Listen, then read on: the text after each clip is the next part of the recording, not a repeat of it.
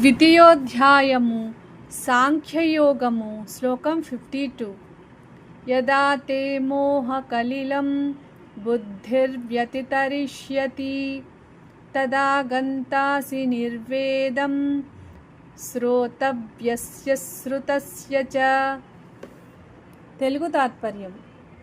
ఈ శ్లోకంలో శ్రీకృష్ణుడు ఆత్మజ్ఞానం పొందే ముందు మనస్సు ఎలా మారుతుందో అర్జునునికి వివరిస్తున్నాడు. మనిషి జీవితంలో అనేక సందేహాలు, కోరికలు, భయాలు, మమకారాలు, అహంకారం ఉంటాయి. ఇవన్నీ కలిసి మోహకలిలం అనే దట్టమైన అజ్ఞాన అరణ్యంలా ఉంటాయి.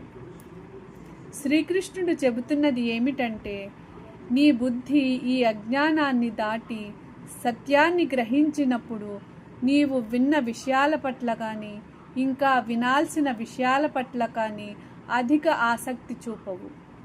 అంటే నిజమైన జ్ఞానం లభించిన తరువాత మనిషి బాహ్య విషయాల కోసం తిరగడు. ఎందుకంటే అతడు తెలుసుకుంటాడు, శాశ్వతమైన ఆనందం బయట కాదు, అది మన అంతరంగంలోని ఆత్మలోని మాత్రమే ఉంది అని. భగవంతునితో ఐక్యతే పరమ లక్ష్యమని భావిస్తాడు. మోహకలిలం అంటే ఇది నాది అనే మమకారం, శరీరమే నేను అనే అజ్ఞానం, ధనం, పేరు, పదవి, సంబంధాలపై అధిక ఆసక్తి, సుఖదుఖాలకు బానిస కావడం. కలిలం అంటే దట్టమైన అడవి, బురద, దారి కనిపించని పరిస్థితి. అంటే మోహం మనిషిని సత్యానికి దూరం చేస్తుంది. నిర్వేదం అంటే, ఇక్కడ నిర్వేదం అంటే జీవితం పట్ల విసుగు కాదు. దీని అసలు అర్థం తాత్కాలిక విషయాలపై ఆసక్తి తగ్గడం, శాశ్వత సత్యంపై మనస్సు నిలవడం, భోగాల కంటే భగవంతుని అనుభూతిని కోరుకోవడం. ఉదాహరణకు, ఒక చిన్న పిల్లకు బొమ్మలే ప్రపంచం అవుతాయి, కానీ పెద్దయ్యాక అవే బొమ్మలపై ఆసక్తి ఉండదు. ఎందుకంటే వాటికంటే విలువైన విషయాలు ఆ చిన్న పాపకు తెలిసాయి. అదేవిధంగా ఆత్మజ్ఞానం వచ్చిన తరువాత ప్రపంచ విషయాలపై మోహం తగ్గుతుంది. ఈ శ్లోకం మన జీవితానికి చెప్పే పాఠం ఏమిటంటే, నెంబర్ 1, అజ్ఞానం మన జీవితంలోని చాలా బాధలకు కారణం. నెంబర్ 2, జ్ఞానం కలిగితే భయం, సందేహం, మోహం తగ్గిపోతాయి. నెంబర్ 3, భగవంతుని జ్ఞానం మనకు అంతరంగ శాంతిని ఇస్తుంది. నెంబర్ 4, నిజమైన ఆనందం వస్తువులలో కాదు, ఆత్మస్వరూపాన్ని తెలుసుకోవడంలో ఉంది. हिंदी तात्पर्य. इस श्लोक में भगवान श्री कृष्ण बताते हैं कि जब मनुष्य की बुद्धि मोह और अज्ञान के दलदल को पार कर जाती है, तब उसके भीतर वास्तविक विवेक उत्पन्न होता है.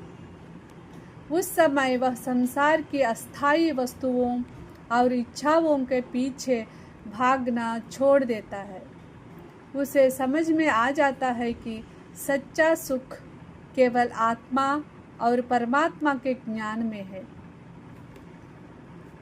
मोह कलिलम का अर्थ है अज्ञान, आसक्ति, अहंकार और भ्रम का घना जंगल. निर्वेदम का अर्थ है जीवन से निराश नहीं, बल्कि संसार की क्षणभंगुर वस्तुओं के प्रति वैराग्य है. मुख्य शिक्षाएं. नंबर 1, अज्ञान सभी दुखों का मूल कारण है. नंबर 2, आत्मज्ञान से मोह समाप्त होता है. नंबर 3, विवेक आने पर मन स्थिर हो जाता है.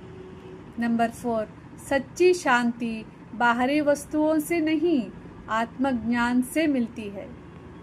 जीवन का संदेश. जब ज्ञान का प्रकाश फैलता है, तब अज्ञान और मोह का अंधकार स्वयं दूर हो जाता है. इंग्लिश तात्पर्य. In this verse, Lord Krishna describes the transformation that takes place when a seeker gains the true spiritual wisdom. He says that when your intellect crosses the dense forest of delusion, means moha, you will become free from confusion and attachment. At that stage, your mind will no longer be fascinated by everything you have heard or still wish to hear about worldly pleasures, achievements, or even endless philosophical discussions. The phrase Moha Kalilam literally means the dense forest or swamp of delusion. It refers to ignorance, ego, attachment, fear, and mistaken identification with the body and material possessions. The word Nirvedam doesn't mean depression or hopelessness. It means healthy detachment, means Vairagya. Freedom from craving temporary pleasures because one has discovered something infinitely greater. A practical example. Imagine someone searching everywhere for happiness in wealth, fame, or positions after realizing through spiritual wisdom that lasting peace comes from within and from union with God. That person naturally loses excessive attachment to temporary pleasures. This is the state Lord Krishna describes.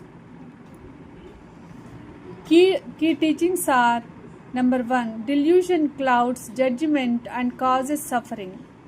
Number 2, spiritual wisdom removes confusion. Number 3, true knowledge naturally brings detachment from temporary pleasures.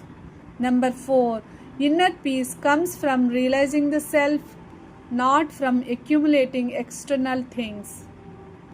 Number 5, the purpose of spiritual practice is to cross the ocean of ignorance and attain unwavering wisdom. The life lesson is: when the light of wisdom shines, the darkness of delusion disappears. A person who realizes the truth no longer chases temporary happiness but rests in lasting peace and the knowledge of the self.